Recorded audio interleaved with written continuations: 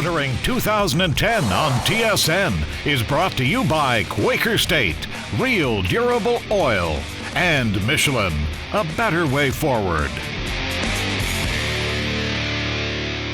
This week we're on beautiful Vancouver Island, and like their cousins south of the border in California, people here are a little touchy about anybody or anything messing with the environment, and rightly so. And of course, the big target is usually the automobile. But nevertheless, over the years, car companies have used this idyllic setting to launch new vehicles. A lot of them are hybrid and electric, but you know, this week we're going to check out a new vehicle. Well, really it's the third generation, and this car is anything but green. And I don't know if they're being ironic or if this company is simply being mischievous, but this is a kind of car that reminds you why you fell in love with the automobile in the first place.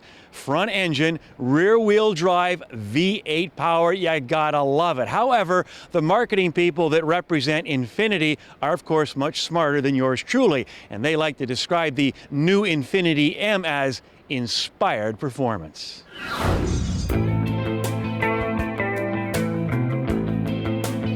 The design is gorgeous. It's a great looking car. It's very long, it's very low, it's very wide. It has great presence on the road. It's clearly a front engine rear wheel drive car, so it's sporty looking.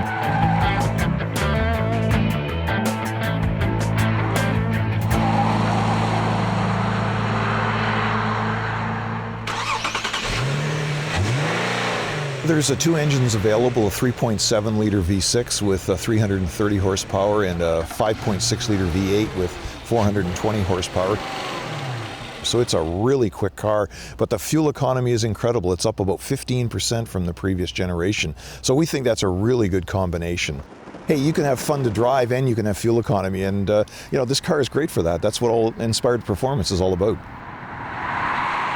It may not be politically correct, but it was a wonderful engine. I mean, it's, 420 horsepower. It goes like snot. I mean, it's quite wonderful. And they claim it uses 1.5 less liters per 100 kilometers than the old engine, so maybe we can have our cake and eat it too. We showed the Infiniti Essence, which was a design treatment or a design concept.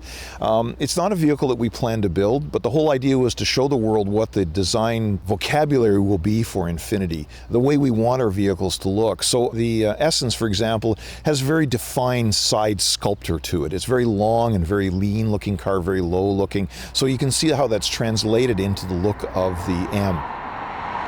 I like the looks of the car. It's like Maserati light. There's a lot of curves to it. Other people don't like the looks of the car. It's polarizing a little. That's all right. Better in this market, I think, to make a statement as opposed to just being bland. You know, I've been driving a long time, but when I drive a modern vehicle like this M, I really wonder how I have survived all these years. Back then, as long as you were sober, watched the speed limit, and adjusted your mirrors properly, you were off to the races. Well, among many of the features on this M is a blind spot indicator that will indicate with a beep if somebody's in your blind spot, which means you haven't adjusted your mirrors. Also, it has a lane departure indicator, so if you start to wander a bit, you get another beep, and a distance indicator to keep the car in front of you at a safe distance. The good thing, you can disable all these systems along with the beep. Oh, before I forget, there is one throwback to the good old days in this M, and that is it comes equipped with an ashtray. Well, actually, the luxury market is kind of on fire. It's been growing very rapidly in the last couple of years. A little bit surprising given the recession that we thought was occurring. Actually, the luxury market was actually up in volume over the previous year. So, there's lots of people out there willing to buy a luxury passenger car, and we think we're going to get our fair share. The competition here, would it be the Germans? The Germans to some extent, but also you've got the Lexus GS, the 5 Series, the E-Class. Those would be the kind of cars that people would probably be looking at, but we're confident that this car can take them all on and win. I think the price is right. I think the interior is really good. Infiniti is trying very hard to make a name for itself. I think that it's going to succeed. I think they're really staking out the sporty Japanese luxury segment. I mean, if you want it in really simple terms, and I know Infiniti won't like this, they want to be the BMW of Japan, and they continue to hammer away on that patiently, it seems. It won't be overnight. I mean, the Germans are a tough competitor now. This little light of mine, I want to let it shine. More later on Kenzie's Corner.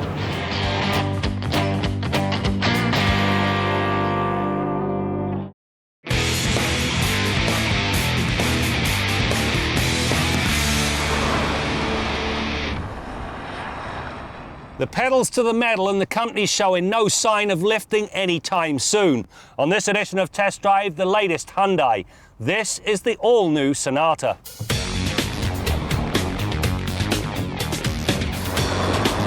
The 6th generation Hyundai Sonata represents a radical departure for both the company and the car alike.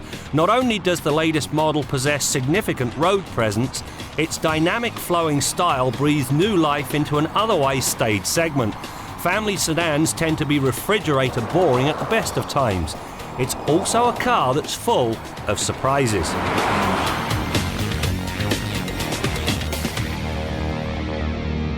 The bold exterior style flows into the cabin. For instance, the center stack, it runs up and then splays out, which forms 2 separate cockpits.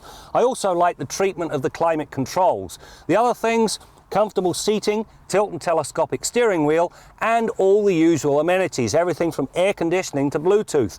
There were, however, 2 things I didn't care for.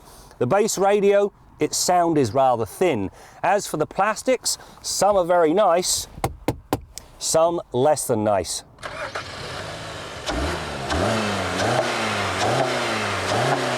The Sonata's 2.4-litre GDI or gasoline direct injection engine delivers 198 horsepower and 184 pound-feet of torque. This is enough moxie for most eventualities, although it does tend to get noisy when pushed to redline. The optional 6-speed manumatic helps the overall performance nicely. The low first gear and leggy top gear bracket a range of ratios that are well matched to the engine's work ethic. Mat the gas from a standstill and the Sonata is whisked to 100k in just under 8 seconds. It also bridges the 80 to 120 gap in 7 seconds flat, which is better than most competitors equipped with a 4-cylinder engine. While this 4-cylinder engine does have more power than the competing 4s, I still found myself looking for more, especially when the car's loaded and you're trying to overtake a slower moving vehicle on a relatively minor grade. The decision to go with an all-4 lineup could also cost Hyundai potential sales, as the Sonata's competitors are all offered with a more powerful V6 engine. The Honda Accord is rated at 271 horsepower, the Mazda 6 at 272, the Nissan Altima at 270 and the Toyota Camry at 268. The saving grace will be the introduction of a turbocharged 4-cylinder engine. With 274 horsepower and 269 pound-feet of torque on tap, it makes the Sonata competitive. That said, V6 engines are noticeably quieter and smoother than any 4-banger, turbocharged or not.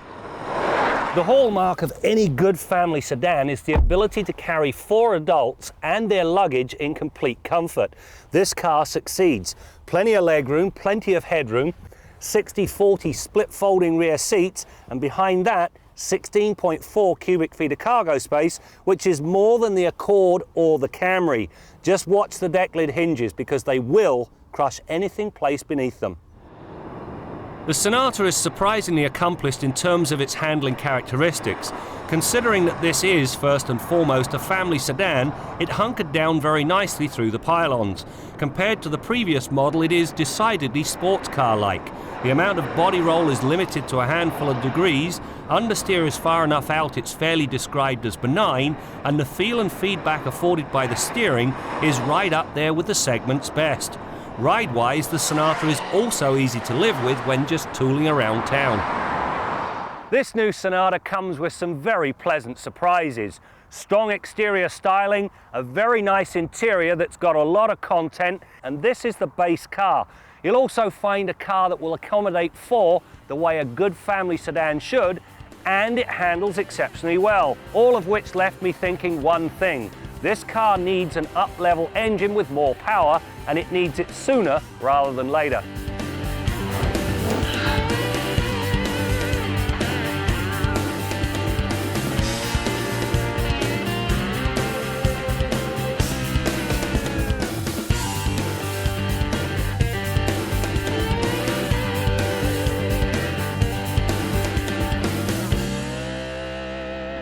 It's time to wrap up our long-term Soul. Over the 15,000 kilometers we piled onto it, it served us flawlessly. Right from kilometer 1, it impressed, and that favorable impression lasted throughout. It returned a test average of 8.2 litres per 100 kilometres. It managed to accommodate some packages a larger vehicle would not.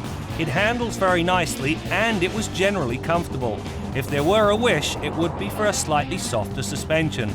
It's not uncomfortable, it's just a tad too firm for those times when the road takes a turn for the worse. There's an awful lot to like about this long-term Soul. However, the one thing I did learn to appreciate most of all is the fact that you don't have to spend an arm and a leg to get safety. It comes with anti-lock brakes, it has electronic stability control, and it comes with 6 airbags. Factor in the better than average utility and the fact that it's not a bad looking ride, and you end up with an awful lot of bang for your buck. This thing is just under $20,000. Make sure you check out the motoring website at motoringtv.com. You can watch any program you may have missed. In fact, how about a trip down memory lane and see what we were driving as far back as 1988. Check out our blog, our photo gallery, and much more. It's all there at motoringtv.com.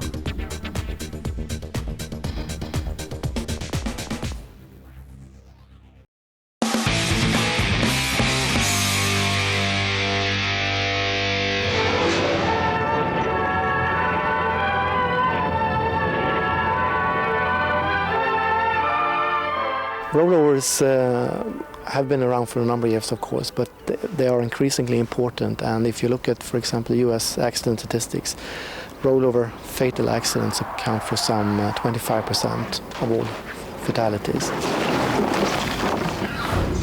You know, they've really nailed the interior on this Infiniti M. It's exactly what you'd expect from a luxury sports sedan. Really well-sculptured interior, wood trimming, lots of room, comfortable to drive in. And speaking of driving, the M, like a lot of luxury vehicles, has different mode selections depending on your driving situation. In this case, you can drive in the standard mode, the sport mode, they have a snow mode, and also the eco mode to help you conserve fuel. So in this case, if you're in the eco mode, they have something called an eco pedal. And if you're a little too enthusiastic in acceleration in the eco mode, it actually resists your pressure. I mean, you can push through it, but it's trying to save you fuel, which is fine. But as Bill Gardiner likes to say, I don't want my vehicle doing something I did not ask it to do. So I think I'll just drive in standard with a light pedal. Speaking of Bill, let's head to the Quaker State Garage and see what's on Bill's mind this week. Brad, completely unplanned segment, but I got to tell you this story. I'm on my way to the shoot today, and I'm late, and I'm almost out of gas. Those are like 2 givens in my life. So I whip into the gas station, and there's a vehicle ahead of me at the pump island, and I have to pull up really close to it so that I can get to the fuel on the tank, leave just enough room to get through the 2 vehicles, and shut it off. And I noticed that the vehicle ahead of me, it's a Jeep, and I noticed the wipers are going, and there's somebody behind the wheel, and there's a second person fueling the vehicle at the same time. So that tells me the ignition is definitely on in the vehicle if the wipers are going. And I'm thinking, I wonder if it's actually running as well. So I get out, I walk to the front of the truck, and sure enough, the Jeep is running, wipers going, somebody behind the wheel, and somebody putting fuel in it, okay? Big yellow sign adjacent to the gas pumps at every gas station in this country for decades that says no smoking within, I think it's 10 feet or something like that. I don't smoke, so I don't care about the distance. And it says, turn ignition off while being refueled. I mean, big, bold sign, you can't miss it. It's everywhere in this country. If you've driven a car or any kind of motor vehicle, you know about that sign. There's no excuse for not knowing about it. This guy leaves the car running. So it gets better. I confront him about this situation. I just can't let stuff like this go. So I say something to the guy. Never got disrespectful or never got out of hand, but it was a pretty animated conversation. As I'm talking to the guy, he's in a uniform, and he's from the Canadian Airline Transportation Safety Authority, our federal government authority that keeps the airports safe to fly and screens everybody that gets on a plane. We've all dealt with these people, okay? So, you know, this is a guy that should know about the laws in this country, right? I said, you didn't see the sign? You don't know that you have to turn your engine off to refuel the vehicle? And he was playing dumb the whole way. He didn't know anything about this. This was all news to him. So I said, well, how about if I go to the airport and try and come through your security line with a concealed weapon. Or even a bottle of water. How about if I hid that and tried to sneak it through? You'd be all over that, wouldn't you? Yeah, he was just playing dumb the whole time. So he goes in the kiosk to pay and he comes back out, and I'm still seething mad about this. So we continued our conversation and he left. But I just don't get it. Like, we don't enforce this. In the wintertime, I see people, they won't shut that car off to fuel it up. I see it probably 50% of the time that I'm refueling, there'll be one car somewhere at that pump island that's left running while they're fueling it up. Nobody polices it, nobody gives a darn. People are talking on their cell phones, which they're not supposed to do. I mean, there's no signage to tell you that, but you know, some of the basic rules, if you're refueling that jerry can and it's the back of your pickup truck, you take it out, put it on the ground, and you ground yourself so you get rid of that static charge. These are just basic things, but there was no excuse with this big yellow sign. Till next week, I'm Bill Gardiner for Motoring 2010.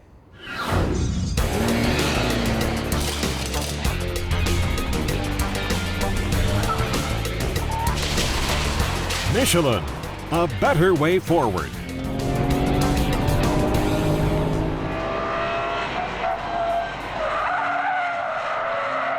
We've always said if you're going to own a sports car, you should reserve time at a track to experience that performance. Well, at Michelin's Lawrence Proving Grounds in South Carolina, that is what drivers do every day. Although in this case, it's the tires they are testing. Although security is paramount, on this day, staff was more than pleased to welcome a group of men and women who also live and breathe the tires we trust our safety to. Well, today we've got a bunch of Canadian dealers down, and we wanted to introduce them to the LTX-MS2. It's kind of the evolution tire after the, kind of the staple, the LTX-MS that everyone's familiar with and they've been familiar with for a decade.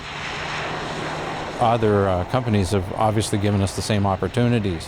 When we come out, we get to compare all kinds of brands to each other, and not just the Michelin brand, but there's all kinds of brands. And we get a real good feel for when we're going to the end user as to what we're selling and what it can do. We compared against a Toyo Open Country HT, and we also compared it against a Bridgestone Dueler 680-42. Quite excited about it. We were a little worried at first when something works, you don't want to change it. So this tire is aimed for the light truck market. We did it on Chevrolet Tahoes today, and that's the perfect market for this type of tire.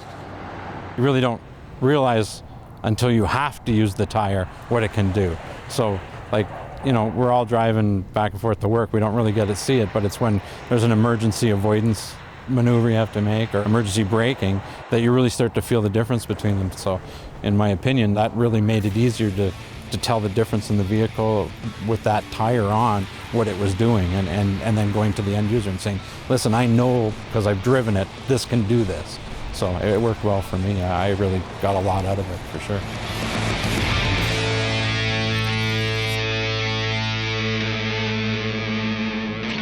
Closed captioning of Motoring 2010 is brought to you by the most fuel-efficient crossover on the highway, the all-new Chevy Equinox.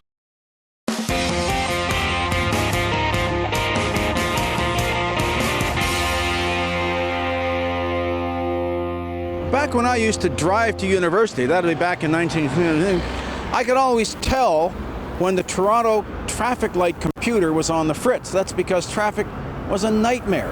And later on in the radio, I found out, sure enough, it was broken down. Well, today in the city of Toronto, traffic is always a nightmare.